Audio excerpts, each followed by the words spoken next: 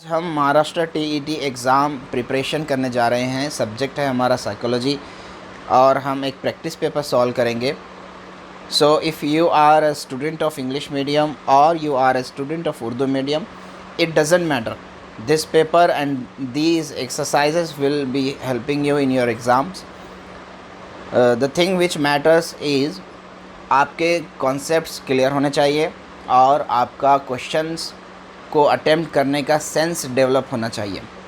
So if you done a sufficient amount of practice, then I think you will be able to crack the exam also. So welcome to the channel Fly High. I request all of you to like, share and subscribe the channel. So the first question of today's session is, due to an extended winter break, the school management arranges for classes during holidays. What will be your reaction as a teacher? Question यहाँ पर यह है कि holidays के बढ़ जाने की वजह से, छुट्टियों के बढ़ जाने की वजह से अगर स्कूल मैनेजमेंट हॉलीडेज़ में क्लासेस अरेंज करना चाहता है, क्योंकि विंटर का जो ब्रेक होता है वो बढ़ गया, तो स्कूल मैनेजमेंट कभी कभी ये चाहता है कि भाई जो हमारे हॉलीडेज़ हों उसमें कुछ क्लासेस अरेंज हों. So what will be your reaction as a teacher? तब ऐसे वक्त में आप किस तरह का रिएक्शन दोगे एज अ टीचर? तो चारों ऑप्शंस को आपने गौर से पढ़ना है. जो आंसर हो सकता है उस पर गौर करना है, या जो दो नहीं हो सकते आप एलिमिनेशन मेथड भी यहाँ पर अप्लाई कर सकते हैं. तो देखते हैं किस तरह से हम क्वेश्चन के ऑप्शंस को रीड करेंगे और डिफरेंट जो मेथड्स हैं क्वेश्चन अटेम्प्ट करने के उस पर भी हम डिस्कस करेंगे. तो फर्स्ट यहाँ पर ऑप्शन है protest and not take classes. हम प्रोटेस्ट करेंगे और क्लासेस नहीं लेंगे. तो किसी भी मैनेजमेंट को ये पसंद नहीं होगा कि उसका टीचर उसके डिसीज़न के ख़िलाफ़ प्रोटेस्ट कर रहा है या उसके जो इंस्ट्रक्शंस हैं क्लासेस को लेने के उसको नहीं मान रहा है. तो फर्स्ट ऑप्शन तो हमारा नहीं होगा. दूसरा ऑप्शन है रिक्वेस्ट रिकन्सिडरेशन ऑफ डिसीज़न.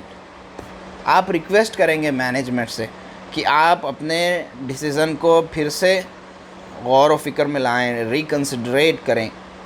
तो ये भी हमारा जो है सही बिहेवियर नहीं होगा, सही रिएक्शन नहीं होगा.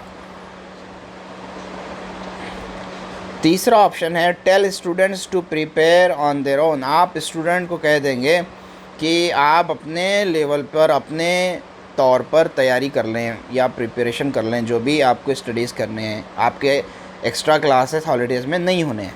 तो ये भी एक नेगेटिव ऑप्शन है जो कि हमारा आंसर नहीं होगा. चौथा ऑप्शन है यहाँ पर, the fourth option is accept it as your responsibility. एक ऑनेस्ट और एक फर्माबरदार ओबीडियंट टीचर जो अपने स्कूल के लिए वर्क कर रहा है, वो स्कूल मैनेजमेंट के इस तरह के जो विलिंग्स होंगे कि वो क्लासेस अरेंज करेंगे और बच्चों को जो है बेहतरीन तालीम देंगे, इस तरह के डिसीजंस को वो टीचर, ऑनेस्ट टीचर बिल्कुल एक्सेप्ट करता है और ऐसी रिस्पॉन्सिबिलिटी को एक्सेप्ट करके आगे बढ़ता है. तो हमारा सही जवाब है option number 4. Option number 4 is our correct answer. Next question is, in your class you find that some students cannot understand a topic because of the wide gap in their previous knowledge. What would you do? आपकी class में अगर आप ये देखते हैं कि कुछ students को समझ नहीं आ रहा है कोई topic, because of the wide gap of their previous knowledge, जो कि उनका पिछला जो नॉलेज है, जो उनके पिछली क्लासेस है, वो उसमें कुछ गैप आ चुका है. जिस तरह की अभी हम देखते हैं कि कोविड की वजह से बहुत सारे बच्चों के प्रीवियस नॉलेज में गैप आ गया है. जो बच्चा 6th में था वो 8th में आ गया, 7th उसका ऑनलाइन हो गया, तो ऑनलाइन में वो प्रॉपर एजुकेट नहीं हो पाया. तो हमें वहाँ पर ब्रिज कोर्स गवर्नमेंट ने अप्लाई की. तो हम इस तरह जब देखते हैं कि किसी स्टूडेंट का गैप होने की वजह से प्रीवियस नॉलेज प्रॉपर नहीं है, तो व्हाट वुड यू डू? आप एज ए टीचर क्या करते हैं? First option is arrange extra classes to help them. आप उसके लिए एक्स्ट्रा क्लासेस अरेंज करते हैं. ओके, ये तो ऑप्शन एक पॉजिटिव और अच्छा ऑप्शन हमें नज़र आ रहा है, तो हमें इस पर टिक कर कर आगे नहीं बढ़ना चाहिए, हमें अदर ऑप्शंस भी देखने चाहिए, पढ़ने चाहिए। Keeping our mind calm mind से हमें दूसरे ऑप्शन भी पढ़ने चाहिए और उस पर भी गौर व फिक्र करनी चाहिए। Second option is ask the parents to arrange help at home. हमें पेरेंट्स को कहना चाहिए कि बच्चों को जो है ना घर पर जो है हेल्प करें। तो ये तो एक निगेटिव ऑप्शन है, हम पेरेंट को कैसे कह सकते हैं, क्योंकि उसके एजुकेशन के ज़िम्मेदार रिस्पॉन्सिबल हम हैं। तो ये जो दूसरा ऑप्शन है ये एक नेगेटिव ऑप्शन है जो कि हमारा आंसर नहीं हो सकता। Third option is continue with your classes.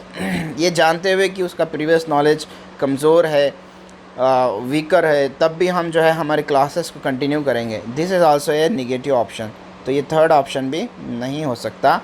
Fourth option seek principles help. हम प्रिंसिपल की हेल्प लेंगे। प्रिंसिपल की हेल्प क्यों लेंगे, जबकि हम उसके एक्स्ट्रा क्लासेस अरेंज कर सकते हैं और उसको हम प्रीवियस नॉलेज दे सकते हैं। So our answer will be first option which is the more correct and more balanced option. तो हमारा पहला सही ऑप्शन है arrange extra classes to help them. Third question is a student of your class consistently displays dishonesty and blames others frequently. He may be a case of। आपकी class का एक student continuously जो है ना बेईमानी कर रहा है या बदतमीज़ी कर रहा है और दूसरों को इल्ज़ाम लगाना, इस तरह की हरकतें कर रहा है, बार बार फ्रीक्वेंटली कर रहा है। He may be a case of, ये किस तरह का केस हो सकता है। So let's think now. The first option low self esteem. इसके अंदर जो है वो जो इज़्ज़त नफ्स होती है, वो जो सेल्फ़ रेस्पेक्ट होती है वो कम है। हो सकता है, ऐसे हो सकता है, क्योंकि जब उसके पास सेल्फ़ इस्टीम नहीं होगी, कम होगी, तो वो दूसरों की क्या रेस्पेक्ट करेगा, दूसरों को किस तरह से वो अच्छे से बिहेव करेगा, किस तरह से वो ऑनेस्ट होगा। सेकेंड ऑप्शन है ओवर प्रोटेक्शन, बहुत ज़्यादा protection. This is not A correct option. Bad company, बुरी सोहबत, ये भी हो सकता था। और fourth option is child abuse, दूसरों को बुरा भला कहना, इस तरह की उसके अंदर एक बीमारी है, एक केस है वो। तो ये जो है कोई बीमारी या कोई केस नहीं है। केस हो सकता है कि वो एक लो सेल्फ़ इस्टीम का स्टूडेंट है, जिसके अंदर सेल्फ़ रेस्पेक्ट की वैल्यूज़ को एजुकेट नहीं किया गया है, कि उसको पता नहीं है कि दूसरों को किस तरह रेस्पेक्ट दी जाती है, किस तरह दूसरों के साथ ऑनेस्ट हो सकते हैं हम। और इसके अलावा ये कि दूसरों के इल्ज़ाम लगाने से पहले हम अपने जो है गिरेबान में झांकना चाहिए, हमें जो है अपने दायरे में रहकर सोचना चाहिए कि क्या हमसे कहाँ गलती हो रही है। तो ये है case of low self esteem. तो अब हमारा जवाब जो है पहला ऑप्शन होगा। The first option is our answer. Fourth question here is a group of young children have become inattentive in the class. Which of the following strategies is more appropriate to regain their attention? आपके class में कुछ group of young children हैं जो attend नहीं कर रहे हैं properly class को, तो आप इसमें से कौन सा ऑप्शन चूज़ करेंगे जो आपको अप्रोप्रिएट लग रहा है just to regain their attention, उनका अटेंशन हासिल करने के लिए? पहला है ए ब्रीफ फिज़िकल एक्टिविटी। आप जो है एक छोटी सी फिज़िकल एक्टिविटी ले लेंगे वहाँ पर, ताकि बच्चों का अटेंशन आ जाए। हाँ, हो सकता है अगर आप ऐसा करेंगे, शायद हो सकता है वो बच्चे पढ़ कर बोर हो रहे हों, थ्योरी पढ़ कर बोर हो रहे हैं। प्रैक्टिकली कोई एक्टिविटी ले लो आप, प्रैक्टिकली कोई जो है आप कोई प्रोजेक्ट टाइप कोई, या फिर कोई डिबेट, या फिर कोई ग्रुप डिस्कशन ले लो, या फिर कोई प्रैक्टिकल लाइफ से रिलेटेड कोई एग्ज़ाम्पल पेश कर दो। तो हो सकता है इस तरह की फ़िज़िकल एक्टिविटी से जो है बच्चों का अटेंशन वापस आ जाए। दूसरा है suspending the class for the period. आप क्लास को सस्पेंड ही कर दो। ये तो बिल्कुल ही नेगेटिव ऑप्शन है। इस तरह के नेगेटिव ऑप्शन को आपको एग्ज़ाम में नहीं चूज़ करना। आपने इस तरह के नेगेटिव ऑप्शंस जब भी आएंगे तो यहाँ पर रेड अलर्ट रखिए आप कि इस तरह का ऑप्शन, सस्पेंड करना क्लास को, इस तरह का ऑप्शन कभी भी टीचर नहीं उठाता। क्लास में रहने के बाद उसको पॉजिटिव रहना है। थर्ड ऑप्शन है asking children to be attend. आप बच्चों से पूछेंगे कि भाई मुझे अटेंशन दो, अटेंशन दो। अटेंशन मांगने से नहीं मिलता, अटेंशन हासिल करने के लिए हमें कुछ करना पड़ता है। फोर्थ ऑप्शन है sending the class out for the games. आप बच्चों को खेलने छोड़ दोगे। ये कितनी बार करोगे आप? बच्चों को एक बार छोड़ोगे, 2 बार छोड़ोगे, हर पीरियड में इस तरह अगर बच्चों को पता चल गया कि जब हम अटेंशन पे नहीं कर रहे तो हमारे टीचर जो है हमको खेलने को छोड़ दे रहे, तो ये इस तरह से अगर आप बार बार करोगे तो जो है इन्वायरमेंट हमारा बिगड़ जाएगा। तो हमारा सही जवाब है option number A, option number first, that is a brief physical activity. Fifth question here is TLM should be used to. TLM means teaching learning material, किस लिए हमें इस्तेमाल करना चाहिए? First option make teaching more useful, teaching को more ज़्यादा से ज़्यादा जो है यूज़फुल करने के लिए। दूसरा ऑप्शन है मेक टीचिंग इम्प्रेसिव, टीचिंग को इम्प्रेसिव बनाने के लिए। तीसरा ऑप्शन है प्रोवाइड कॉन्क्रीट एग्जांपल्स, बेहतरीन और जो है ना कंसोलिडेट एग्जांपल्स देने के लिए। और चौथा ऑप्शन है फैसिलिटेट लर्निंग, बच्चों को लर्निंग फैसिलिटेट करने के लिए। तो याद रखिए फैसिलिटेट लर्निंग इस इन सब ऑप्शंस में सबसे ज़्यादा कोर ऑब्जेक्टिव है एक टीचर का। तो हम जो भी टीचिंग लर्निंग मटेरियल इस्तेमाल करते हैं, यूज़ करते हैं, we just use them just to facilitate learning. So that's why our answer will be 4, option number 4।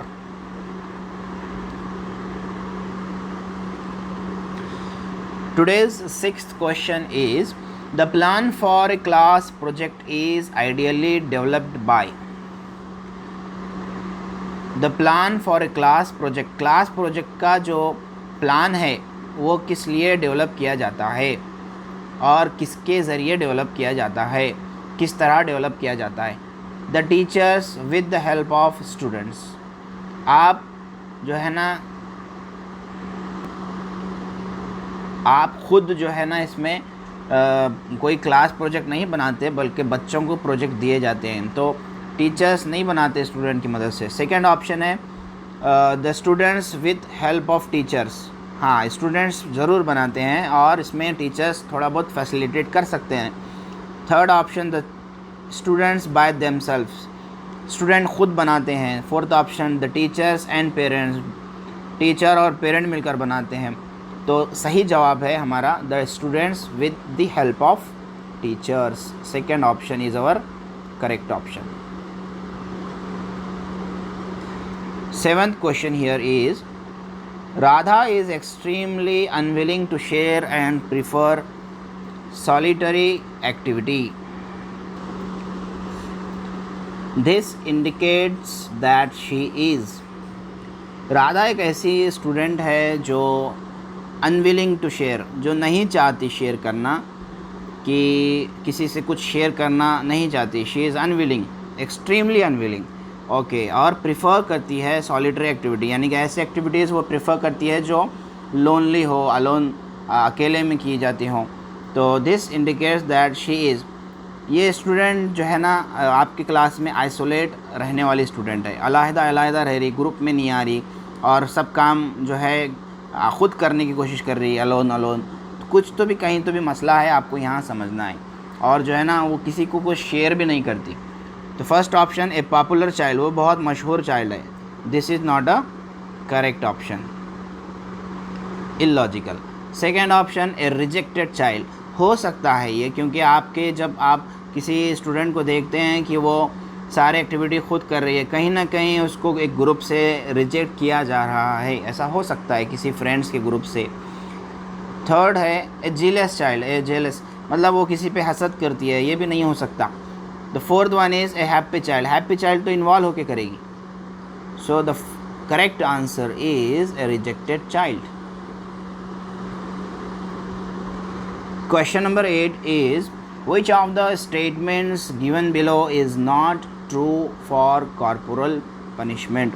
Physical punishment के लिए नीचे दिए हुए ऑप्शंस में से कौन सा सही नहीं है? इस वर्ड को आपको गौर से पढ़ना है।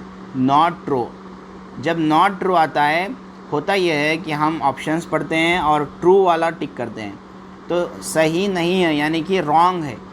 फिज़िकल पनिशमेंट के लिए नीचे दिए हुए ऑप्शंस में से कौन सा ऑप्शन रॉन्ग है, हमें ये बताना है, नॉट ट्रू।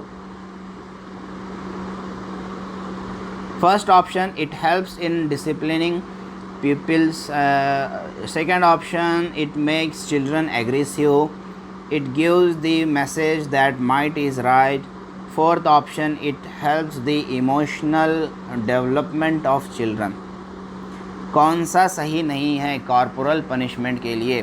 तो याद रखिए, हर टीचर को ये बात पता होना चाहिए कि फ़िज़िकल पनिशमेंट से फ़िज़िकल पनिशमेंट के ज़रिए, by the use of physical punishment, corporal punishment, we cannot make the students in discipline. So हम इसको कह सकते हैं कि it helps in disciplining people, ये एक not true statement है. This statement is not true statement. Ninth question here, if a child writes with his or her left hand and is comfortable doing things with it, she or he should be, उसको क्या करना चाहिए? अगर वो left hand से लिखती है और उसके साथ कंफर्टेबल भी है तो what a teacher should do, तो हमें एज अ टीचर वहाँ पर क्या करना चाहिए? द फर्स्ट ऑप्शन, डिस्करेज करना चाहिए. हमें उसको कहना चाहिए कि भाई आप इससे मत लिखो, आप जो है लेफ़्ट हैंड से मत लिखो, इससे बुरा, इससे ये होता, उससे वो होता, इस तरह करना चाहिए? नहीं, बिल्कुल नहीं. एक टीचर कभी भी डिस्करेज नहीं करता, याद रखिए. Second option, made to write with left hand, उसको फोर्स करना चाहिए कि तू लेफ़्ट हैंड से ही लिखते जा, लेफ़्ट हैंड से ही लिखते जा. थर्ड ऑप्शन है, अलाउड हिज प्रेफरेंस, वो जिस तरह से कंफर्टेबल है उसको अलाउ करना चाहिए, वो जो जिस चीज़ को प्रेफर कर रही है या कर रहा है उसको अलाउ करना चाहिए. So the third option is correct one. Fourth था यहाँ पर, sent to seek medical help, नहीं, बिल्कुल नहीं, हमें उसे मेडिकल हेल्प की ज़रूरत नहीं है, बिकॉज शी इज़ और he is comfortable doing things with it, comfortable है वो उसके साथ, उसके लेफ्ट हैंड की एक्टिविटीज़ के साथ. 10th question here, 7-year-old Manohar is unable to read as per the class level. The teacher should, जब एक 10 साल का स्टूडेंट जो है ना, यहाँ पर नहीं, 7 years old, 7 साल का स्टूडेंट है मनोहर, जो कि प्रॉपरली रीड नहीं कर पाता, तो यहाँ पर टीचर को क्या करना चाहिए?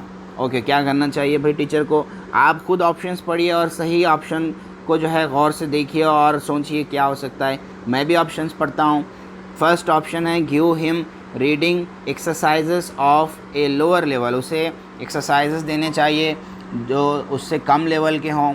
दूसरा, इन्फॉर्म द पेरेंट्स, उसके पेरेंट्स को बोल देना चाहिए कि भाई देखो तुम्हारा बच्चा जो है मनोहर बिल्कुल जो है उसकी क्लास की बुक्स नहीं पढ़ पा रहा, उर्दू, अंग्रेज़ी या मराठी जो भी सब्जेक्ट्स है उसके. थर्ड ऑप्शन है, detain him in the same class, उसको जो है क्लास में जो है डिटेन कर देना चाहिए, कस्टडी में ले लेना चाहिए. ऐसा भी करना चाहिए क्या टीचर को? No, this is a wrong option. Second option also is wrong option, inform the parents, हमें पेरेंट्स को नहीं बताना चाहिए. फोर्थ है, try to find out the cause with expert help, हमें एक्सपर्ट की हेल्प लेकर उसकी रीज़न मालूम करना चाहिए. देखिए, आप एज ए टीचर ख़ुद एक एक्सपर्ट हैं, तो आप फोर्थ ऑप्शन भी नहीं चूज़ कर सकते. आप ख़ुद एक एक्सपर्ट हैं, आप जो है बच्चे को कस्टडी में नहीं ले सकते, आप बच्चे के पेरेंट्स को कंप्लेन नहीं कर सकते. आप क्या कर सकते हैं? उसको लोअर लेवल की एक्सरसाइजेस कराकर उसकी रीडिंग्स को प्रॉपर कर सकते हैं. I hope you are understanding this session. This session will gonna help you in all the way that you are trying for. 11th question है यहाँ पर, A school will become a true second home for the child if, अगर एक school एक बच्चे के लिए जो है ना सेकंड होम की तरह होगा, एक स्कूल बच्चे का उसका घर का सेकेंडरी लेवल का जैसा घर होगा उसका, कब होगा भाई ऐसा? First option, it's environment resembles that of home environment, उसके घर में ताकत है तो आपके स्कूल में भी ताकत होना, उसके घर में सोफ़ा है तो आपके स्कूल में भी सोफ़ा होना, ऐसा होना क्या? बिल्कुल नहीं. एक टीचर इस तरह से जो है यहाँ पर, ये तो सेंसलेस बातें हो गई. दूसरा ऑप्शन है, meals are also provided in school, जिस तरह उसको घर में गैस पे गरम गरम पका के दे रहे भाई रोटी ये वो, तो उन्हें यहाँ भी जो है ना स्कूल में भी उसको गरम गरम जो है फर्स्ट क्लास खाना मिलना, ऐसा भी तो नहीं है. Second option is not a correct option. Third option है it helps in overall development of the child, कि उसको हेल्प करना चाहिए स्कूल उसके हर किस्म के डेवलपमेंट में। जिस तरह उसको घर में अम्मी अब्बू टोकते हैं, रोकते हैं, his mother and father you know restricts him और her from doing all the ऐसे एक्टिविटीज़ जो है ना, क्या बोलेंगे उसको, फ़ायदा लेस हैं, यानी जिनको कोई फ़ायदा नहीं है। ओके, ऐसे एक्टिविटीज़ करने से बच्चों को रोकना चाहिए स्कूल में भी, और उसका जो है ना ओवरऑल डेवलपमेंट होना चाहिए। थर्ड ऑप्शन तो मुझे सही लग रहा है, फिर भी फोर्थ ऑप्शन पढ़ लेते हैं। It generates the desire to learn. Okay, आपका स्कूल बच्चे को लर्न करने का डिज़ायर पैदा करना चाहिए, ये भी एक सही ऑप्शन है। It is not a wrong option, but the more correct option is, और सबसे ज़्यादा जो एम्फसाइज दिया जाता है एजुकेशन में वो होता है overall development. 12th question is, which is the most unreliable predictor of the level of a child's educational achievement? बच्चे के एजुकेशनल अचीवमेंट में ये दिए गए 4 ऑप्शंस में सबसे ज़्यादा अनरिलायबल प्रिडिक्टर कौन सा है? देखिए, रिलायबल कहते हैं जिस पे भरोसा किया जाए, और अनरिलायबल कहेंगे ऐसी चीज़ जिस पे भरोसा नहीं किया जा सकता। तो बच्चे के एजुकेशनल अचीवमेंट में ये कौन सा है ऑप्शन ऐसा जिस पे भरोसा नहीं किया जा सकता? फर्स्ट ऑप्शन है background of the parents, second option है क्लास बिहेवियर, थर्ड ऑप्शन है socio economic status, fourth option है height and weight of the child. ये हाइट और वेट ऑफ द चाइल्ड जो ऑप्शन है, आपको पढ़कर ही लग रहा होगा कि इसका एजुकेशन से कोई ताल्लुक़ नहीं है। This has no relation with the education, that children की एक हाइट कितनी है और उसका वेट कितना है और फलाना फलाना, it doesn't matter. Okay, 13th question here is, a first generation learner may experience the greatest difficulty with. तो ये फर्स्ट जनरेशन क्या है? ये फर्स्ट जनरेशन याद रखिए, फर्स्ट जनरेशन वो जनरेशन होती है जिसके जो सिबलिंग्स हैं, जिसके जो माँ बाप हैं, उनमें से किसी एक ने या कि दोनों ने पोस्ट सेकेंडरी एजुकेशन हासिल नहीं किया है। ठीक है, ऐसे माँ बाप जिन्होंने पोस्ट सेकेंडरी जनरेशन एजुकेशन हासिल नहीं किया है, डिग्री हो गई, पोस्ट ग्रेजुएशन हो गया, और बच्चा जो है फिर उसके आगे का एजुकेशन हासिल कर रहा है, सेकेंडरी भी हो गया उसका, पोस्ट सेकेंडरी हो गया, ग्रेजुएशन हो गया, यानी कि ये फर्स्ट जनरेशन साबित हो रहा है, he is proving that he is able to get educated till the graduation level और till the post graduation level. तो हम ये यहाँ पर ये देख रहे हैं, हमारा क्वेश्चन अब ये है कि ये जो फर्स्ट जनरेशन लर्नर है, ये जो बच्चा है फर्स्ट जनरेशन वाला, जिसके माँ बाप में से किसी एक ने या दोनों ने पोस्ट सेकेंडरी एजुकेशन हासिल नहीं किया है, उसको किस तरह की डिफ़िकल्टी एक्सपीरियंस हो सकती है? 4 ऑप्शंस हैं। राइटिंग इन वर्कशीट, उसको वर्कशीट में लिखने में डिफ़िकल्टी हो सकती है। वर्कशीट में इसका कोई रिलेशन तो मुझे नज़र नहीं आ रहा है। सेकंड है सेल्फ़ स्टडी। सेल्फ़ स्टडी में हाँ ये है कि जब सेल्फ़ स्टडी का जो फैक्टर है इसका वो घर पर है, होम पर है, तो जब माँ बाप अगर स्टडी की इम्पोर्टेंस को नहीं जानते हैं तो सेल्फ़ स्टडी की तरफ फिर इसका भी थोड़ा सा कॉन्शियसनेस कम हो सकता है। थर्ड है लॉन्ग आंसर क्वेश्चन। देखिए, ये तो हमें खुला खुला नज़र आ रहा है, we can say openly that these options are wrong option, first and third option. Second और फोर्थ देखते हैं। Learning the first language, first language सीखने से इस फर्स्ट जनरेशन का कोई ताल्लुक़ नहीं है। ठीक है, हमारे पास जो इसका करेक्ट ऑप्शन है, करेक्ट आंसर है, वो है second option, that is self study. अभी लास्ट के 3 क्वेश्चंस रिमेनिंग हैं। The children of 6-11 years become proportionately thinner because they, कि क्वेश्चन है हमारा ये कि एक चिल्ड्रन है जो 6 से 11 साल के बीच का प्रोपोर्शन में है, तो बिकॉज दे वो किस लिए जो है ना उसकी उम्र के हिसाब से वो जो है ना मोटा होता चलता है ना, थिनर होता चलता है ना। थिनर मीन्स थिनर मीन्स दुबला होता जाता है ना। तो थिक मीन्स मोटा, थिन मीन्स दुबला। तो यहाँ हमें कभी कभी फ़िक्र लाहक होती है कि भाई ये बच्चा 6 से 11 साल के बीच में दुबला क्यों होता जा रहा है, दुबला क्यों होता जा रहा है। तो इसका सही रीज़न क्या है, एक टीचर को पता भी होना चाहिए। पहला ऑप्शन है do a lot of exercise, बच्चा बहुत एक्सरसाइज करता है ये उम्र में, नहीं। Gain height during this period, हाँ ये तो हो सकता है, 6 से 11 साल के बीच में उसकी हाइट तो बढ़ती रहती है, तेज़ी से बढ़ती रहती है। थर्ड ऑप्शन है ईट जंक फूड, वो जंक फूड बहुत खाता है, बट इसका दुबले होने से कोई ताल्लुक़ नहीं है। Watch a lot of television, बहुत टीवी देखता है, हाँ। तो हमारा जो सही ऑप्शन होगा वो होगा option number 2, that is gain height during this period. उसकी हाइट बढ़ने की वजह से वो थिनर होता जाता है। The 15th question of today's session is Rathi's a 9-year-old child, एक लड़का है 9 साल का, मिसबिहेव्स इन द क्लास में मिसबिहेव करता है। What should the teacher do, क्या टीचर को करना चाहिए ऐसे हाल में, teacher should do what to do. Now कोई options are like inform the parents, उसको जो है ना कॉल करके पेरेंट को बोल देना चाहिए, है ना, भाई ये बच्चे को लेके जाओ, इन्हें बहुत परेशान कर रहा, बहुत मिसबिहेव कर रहा, इन्हें मेरे से नहीं संभाल जा रहा बोले। सेकेंड ऑप्शन है पनिश करना चाहिए, लिए छड़ी मार दी, कॉर्पोरल पनिशमेंट, है ना। ये दोनों ऑप्शन जो है ना बिल्कुल ही इंतहाई नेगेटिव ऑप्शन है, ठीक है। एक टीचर कभी भी इस तरह का काम नहीं कर सकता, याद रखिए। उसको इग्नोर भी नहीं करना चाहिए, याद रखिए, इग्नोर करना भी एक तरह से मेंटल टॉर्चर होता है। तो ऐसे स्टूडेंट को जो मिसबिहेव करता है ऐसे स्टूडेंट को आपको काउंसल करना है, उसकी काउंसलिंग करना है प्रॉपरली कि बेटे मिसबिहेव करने से ये होता है, मिसबिहेव नहीं किया जाता, बड़ों का अदब किया जाता है, बड़ों के साथ अच्छे अखलाक से अदब से पेश आना है, छोटों के साथ शफ़क़त से पेश आना है। तो प्रॉपरली हमें उसे काउंसल करना है।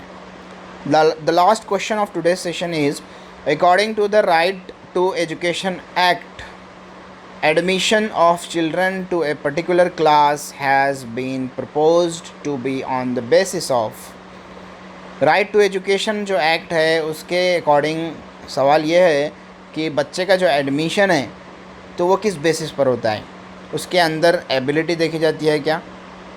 राइट टू एजुकेशन में सबको ही भाई एजुकेशन हासिल करने का हक़ हासिल है, उसके अंदर एबिलिटी का कोई ताल्लुक़ नहीं है, एबिलिटी पैदा करने के लिए तो उसका एडमिशन हो रहा। दूसरा ऑप्शन है एज ऑफ द चाइल्ड, उम्र, उसकी एज के हिसाब से उसका जो है ना बेसिस एज होता है। थर्ड है सोशियो इकोनॉमिक स्टेटस, देखा जाता है एडमिशन करने के लिए उसका, बिल्कुल नहीं।